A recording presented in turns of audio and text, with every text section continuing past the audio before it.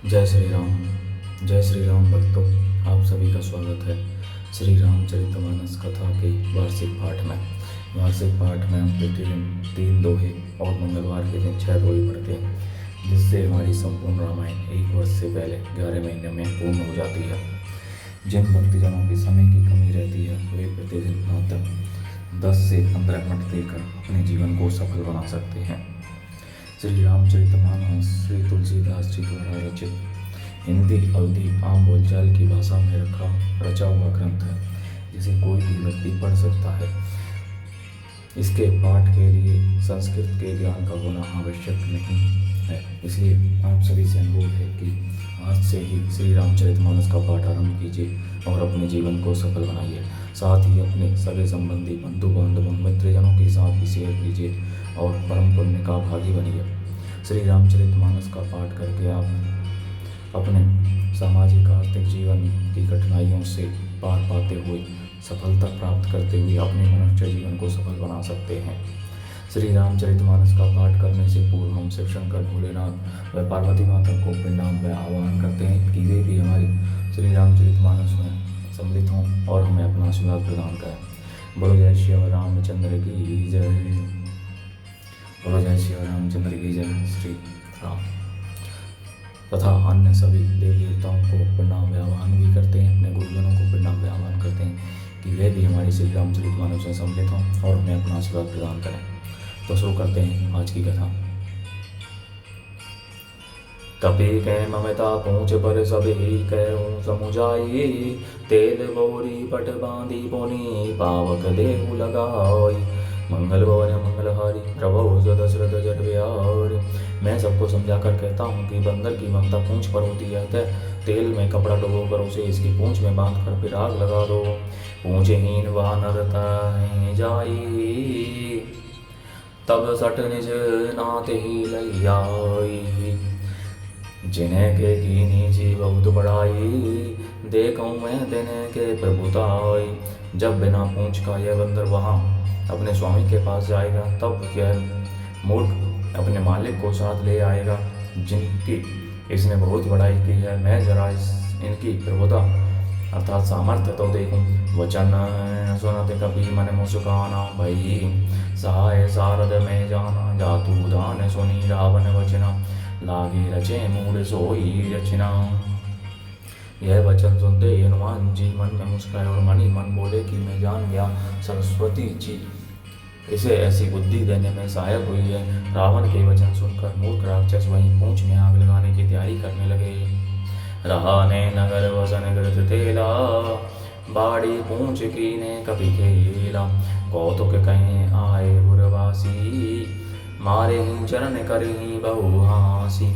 पूंछ की लपेट में इतना कपड़ा और तेल घी लगा के नगर में कपड़ा, घी और तेल नहीं रह गया। हनुमान जी ने ऐसा खेल किया कि पूंछ बढ़ गई अर्थात लंबी हो गई। नगरवासी लोग तमाशा देखने आए, वे हनुमान जी को पैर से ठोकर मारते हैं और उनकी बहुत हंसी करते हैं। बाजे ढोल दे सब तारी, नगर फेरी पोनी पूंछ बिरजारी। पावक जरत देखी हनुमंता, भयउ परम लघु रूप तुरंता।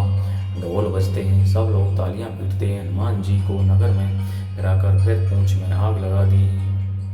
अग्नि को जलते हुए देख कर हनुमान जी तुरंत ही बहुत छोटे रूप में हो गए। निभो की चढ़े हो कपि कनक अटारी, भई से भीद निशाचर नारी। बंधन से निकलकर वे सोने की अटारियों पर जा चढ़े। उनको देखकर राक्षस की स्त्रियां भयभीत हो गईं।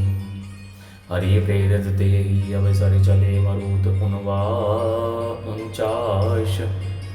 अट्टास करी गरिजा कपि बड़ी लाग आकाश।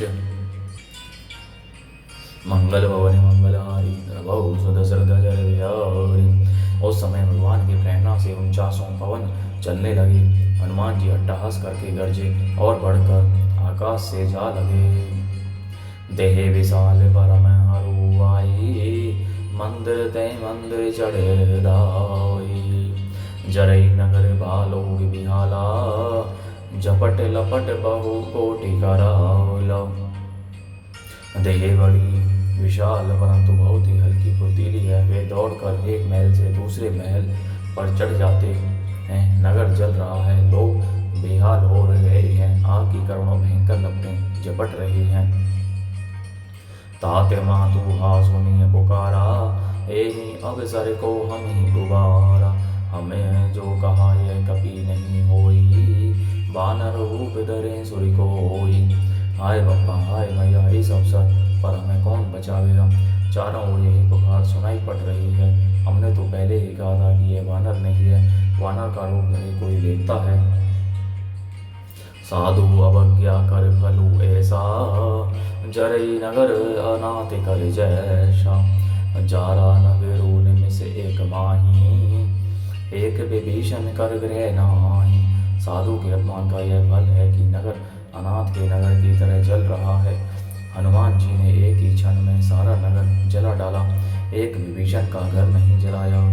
ताकर दूत अनल जेहि सिरिजा, जरा न सो देहि कारण गिरिजा। उलटी पलटी लंका सब जारी, कूदी परा पुनि सिंधु मजारी। शिव जी कहते हैं, हे पार्वती, जिन्होंने अग्नि को बनाया, हनुमान जी उन्हीं के दूत हैं, इसी कारण वे अग्नि से नहीं जले। हनुमान जी ने उलट पलट कर एक ओर से दूसरी ओर तक सारी लंका जला दी। फिर वे समुद्र में कूद पड़े।